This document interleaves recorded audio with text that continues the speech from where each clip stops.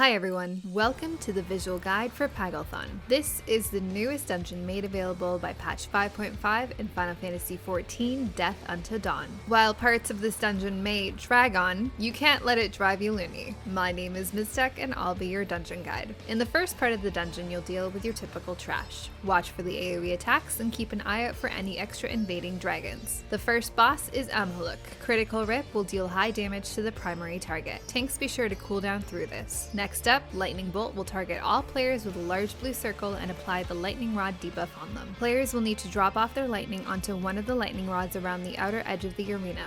Failing to do so will deal high damage and place a magic vulnerability up debuff on the affected players. Immediately after, the boss will cast Electric Burst, dealing very high group-wide damage. This can be very dangerous to any debuffed players, so healers beware. Next up, Thunder Call will spawn a number of orbs around the platform that will pulsate damage around them. Players will need to find a safe spot in between these attacks to avoid getting hit. While these orbs are pulsing, the boss will also turn towards the player and cast Wide Blaster. Immediately after, Spike Flail will target directly behind him. Players can move to the boss's side to avoid this combo. The orbs will still be up for the next Lightning Bolt attack, and players will need to bring their lightning to the rods while also dodging the orbs. All of these mechanics will repeat until the boss is down. For the next section of trash, players will have the help of Tiamat along the way. Dodge the usual red AoEs while using the blue AoEs to your advantage. The second boss is a war machine powered by a Magitech core. The majority of this fight is spent dealing with various packs of adds while dodging the attacks from the tank. Players will need to pay attention to the engines on the wall and move into the safe zone during each attack,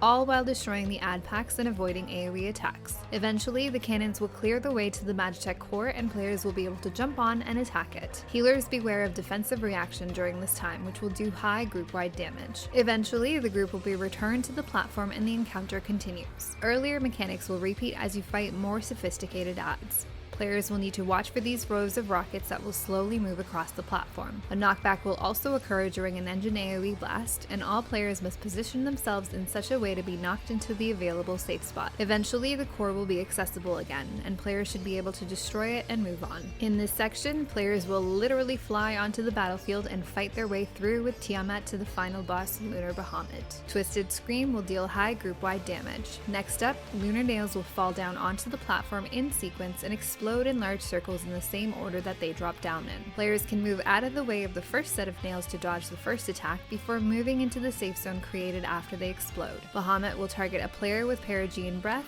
a wide frontal cone. Move out of this as necessary. Akmorn will target a player for the stack up marker, and healers will need to be ready to heal through multiple hits of damage. Mega Flare will target all players with these orange markers, and players will need to move away from each other. Immediately after, circles will form under players for the second hit of Mega Flare. Move away as necessary. Eventually, the boss will jump to the edge and begin to cast Mega Flare Dive through the center of the platform, dealing high damage and knocking back anyone hit. Players will need to move out of the way while also dodging the nail explosions. Conrai will target players with these large cross markers. Affected players can move and drop these away from others before moving out of the attack themselves. Lunar Flare will spawn a number of massive circles on the platform that will begin to get smaller. Depending on the pattern of circles, specific safe spots on the outer edge or in the center will form. All players will need to move into these areas to avoid the attack. Giga Flare will deal very high group-wide damage. Flatten will target the primary target for high damage. Healers and tanks beware. All of these mechanics will repeat until Lunar Muhammad is defeated. If you have any questions or comments, please let me know. Up next, we'll head into the new trial. As always, thanks for watching. Till next time.